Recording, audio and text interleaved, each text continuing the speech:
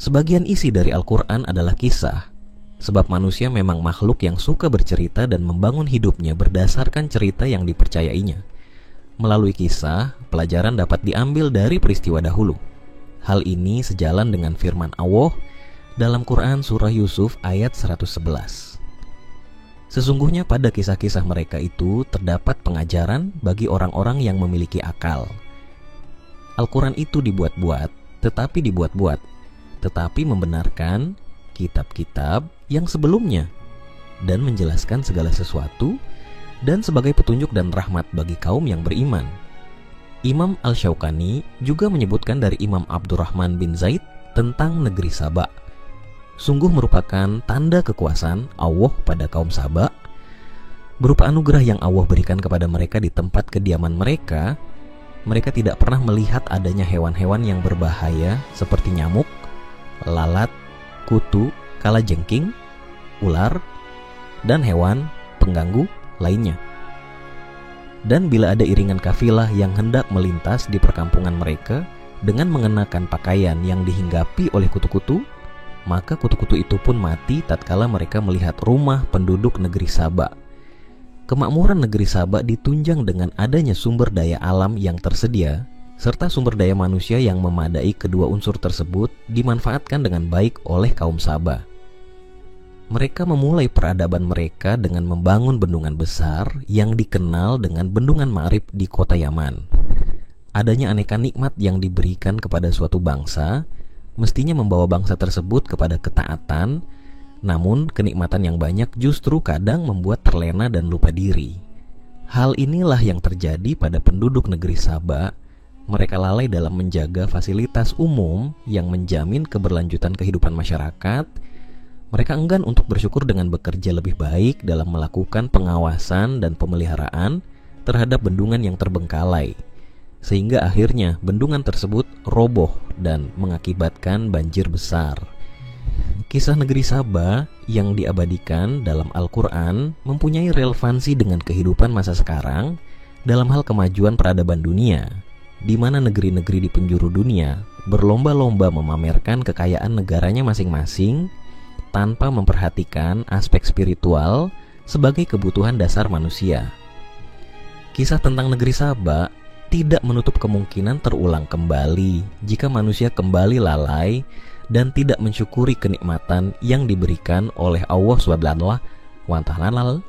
Letak geografis pemaknaan tentang Saba menurut Muhammad bin Ishaq sebagai seorang ulama di bidang ilmu nasab dan sejarah, sebagaimana dikutip Muhammad Quraish Shihab dalam ensiklopedia Al-Quran, bahwa nama Saba sebenarnya adalah Abdus Syams bin Yasjab bin Ya'rub bin Kahtan. Menurut Ibnu Ishaq, dia hartawan dan suka berderma, karena itu dinamai dengan Ar-Raisi, orang yang menghimpun harta, dan dengan hartanya dialah yang pertama kali menyembelih kambing di dalam peperangan, lalu membagi-bagikannya kepada serdadunya.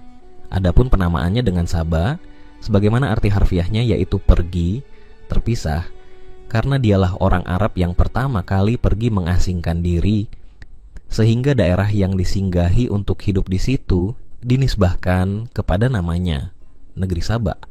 Awalnya kerajaan Saba dikenal dengan dinasti Mu'inah, sedangkan raja-raja mereka dijuluki sebagai Mukrib Saba. Ibu kotanya Sarwah yang puing-puingnya terletak 50 km ke arah barat laut dari kota Ma'rib. Pada periode inilah Bendungan Ma'rib mulai dibangun. Periode ini antara tahun 1300 sebelum Masehi hingga 620 sebelum Masehi. Pada periode berikutnya antara tahun 620 sebelum Masehi, 115 sebelum Masehi, barulah mereka dikenal dengan nama Saba. Mereka menjadikan Ma'rib sebagai ibu kotanya. Pada masa kaum Saba, secara garis besar, wilayah Jazirah Arab dibagi menjadi dua bagian, bagian utara dan bagian selatan. Arab bagian selatan lebih maju dibandingkan Arab bagian utara. Masyarakat Arab bagian selatan adalah masyarakat yang dinamis dan memiliki peradaban. Mereka telah mengenal kontak dengan dunia internasional karena pelabuhan mereka terbuka bagi pedagang-pedagang asing yang hendak berniaga ke sana. Sementara orang-orang Arab Utara adalah mereka yang terbiasa dengan kerasnya kehidupan padang pasir mereka kaku dan lugu karena kurangnya kontak dengan dunia luar. Tentu saja letak geografis kerajaan Saba sangat mempengaruhi bagi kemajuan peradaban mereka. Keberadaan negeri Saba secara geografis menjadi perdebatan di kalangan para peneliti akhir-akhir ini setelah muncul buku Indonesia Negeri Saba karya Fahmi Basya yang mengklaim bahwa Indonesia adalah negeri Saba. Sedangkan yang tercatat dalam sejarah sebelumnya dinyatakan bahwa negeri Saba berada di Yaman sebagai peninggalan Nabi Sulaiman. Kedua pendapat ini sama-sama memiliki bukti nyata, tapi dari sudut pandang berbeda. Fahmi Basya mengambil bukti dari ayat-ayat Al-Quran yang ditafsirkan berdasarkan ilmu matematika. Dari penafsiran ini melahirkan kesimpulan bahwa Borobudur adalah istana Nabi Sulaiman. Sedangkan yang tercatat dalam sejarah sebelumnya menggunakan pendekatan ilmu arkeolog. Hal ini kemudian dibuktikan dengan penemuan arkeologi berupa reruntuhan bendungan Ma'rib di kota Yaman. Surah Saba. Surah Saba adalah surah yang ke-34 di dalam mushaf dan terdiri atas 54 ayat termasuk golongan surah Makkiyah. Pokok-pokok isinya dalam soal keimanan mencakup ilmu Allah, meliputi segala yang ada di langit dan di bumi, kebenaran adanya hari berbangkit dan hari pembalasan. Nabi Muhammad SAW adalah pemberi peringatan. Pada hari kiamat berhala-berhala itu tidak dapat memberi manfaat sedikit pun. Kalau seseorang sesat, maka akibat kesesatannya itu menimpa dirinya sendiri. Dan kalau ia menemui jalan yang benar adalah berkat petunjuk Allah. Surah ini juga memuat kisah-kisah antara lain kisah Nabi Daud alaihi, kisah Nabi Sulaiman, dan kisah kaum Saba. Pelajaran yang dapat diambil dari ayat-ayat yang membahas tentang Saba diantaranya, negeri Saba dilukiskan dengan baldah thayyibah wa rabb ghafur. Kata thayyibah berarti baik dan menyenangkan. Negeri yang baik antara lain adalah yang aman dan sentosa, melimpah rezekinya, yang dapat diperoleh secara mudah oleh penduduknya, serta terjalin pula hubungan harmonis, kesatuan, dan persatuan antar anggota masyarakatnya. Semua masyarakat tidak dapat luput dari dosa dan kedurhakaan. Seandainya tidak demikian, maka tidaklah ada arti penyebutan kalimat Rabb Ghafur, Tuhan Maha Pengampun dalam redaksi ayat ini. Namun demikian, jika mereka berlanjut dalam kedurhakaan, Allah menjatuhkan sanksi kepada mereka. Kemudahan transportasi dan kedekatan antar kota wilayah merupakan salah satu nikmat Allah SWT dan penunjang kesejahteraan. Karena hal itu memperlancar perpindahan manusia dan barang-barang dagangan. Kunjungan orang asing wisatawan ke satu kota merupakan nikmat bagi penduduk kota yang dikunjungi karena akan memicu pertumbuhan ekonomi dan gerak pasar, tidak sebaliknya sebagaimana dugaan penduduk Saba ketika itu. Masyarakat yang tidak membangun atau gagal memelihara hasil pembangunannya dan tidak mensyukurinya akan runtuh dan warganya akan terpaksa mencari wilayah lain guna menyambung hidupnya. Dari uraian di atas dapat diketahui tentang pentingnya mengambil hikmah dari kisah-kisah yang disampaikan dalam Al-Quran sebagai pedoman di masa yang akan datang agar tidak mengulangi kesalahan yang sama di masa lampau, seperti yang terdapat pada surah Saba ini. Dari surah ini juga diketahui bahwa ujian bukan hanya dalam bentuk kesusahan, tapi juga kesenangan. Negeri Saba yang dulunya berlimpah ruah dengan kesenangan, bahkan disebut sebagai negeri yang ideal, namun itu semua melalaikannya dari rasa syukur kepada Allah SWT dan akhirnya dihancurkan. Sesungguhnya bagi kaum Saba ada tanda kekuasaan Tuhan di tempat kediaman mereka, yaitu 2 buah kebun di sebelah kanan dan di sebelah kiri. Kepada mereka dikatakan, makanlah olehmu dari rezeki yang dianugerahkan Tuhanmu dan bersyukurlah kamu kepadanya. Negerimu adalah negeri yang baik dan Tuhanmu adalah Tuhan yang Maha Pengampun. Tetapi mereka berpaling, maka kami datangkan kepada mereka banjir yang besar, dan kami ganti kedua kebun mereka dengan 2 kebun yang ditumbuhi pohon-pohon yang berbuah pahit dan sedikit dari pohon sidr. Demikianlah kami memberi balasan kepada mereka karena kekafiran mereka, dan kami tidak menjatuhkan azab yang demikian itu, melainkan hanya kepada orang-orang yang sangat kafir. Berdasarkan uraian di atas yang terdiri dari beberapa penjelasan penggalan kalimat, dapat dipahami bahwa Saba bisa diartikan sebagai nama seseorang yang terpisah pada suatu wilayah, sehingga tempat tersebut dinamai dengan negeri Saba. Tempat tersebut kemudian dianugerahi dengan sumber daya alam yang melimpah karena dikelola oleh sumber daya manusia yang memadai, sehingga menghasilkan perkebunan yang mencukupi kebutuhan masyarakat Saba, bahkan lebih. Dengan terpenuhinya kebutuhan pokok tersebut, Allah menyuruh mereka untuk selalu bersyukur atas nikmat yang telah diberi dan senantiasa memohon ampun atas dosa yang dilakukan sebagai manusia yang tak luput dari kesalahan. Namun, mereka tidak melakukannya. Mereka memilih untuk mengklaim kemakmuran itu sebagai milik mereka. Mereka menganggap negeri itu adalah milik mereka sendiri, bahwa merekalah yang menjadikan semua keadaan yang luar biasa tersebut ada. Mereka memilih untuk menjadi sombong, bukannya bersyukur. Dan dalam ungkapan ayat tersebut, mereka berpaling dari Allah karena mereka mengaku bahwa semua kekayaan adalah milik mereka. Maka mereka pun kehilangan semua yang mereka miliki.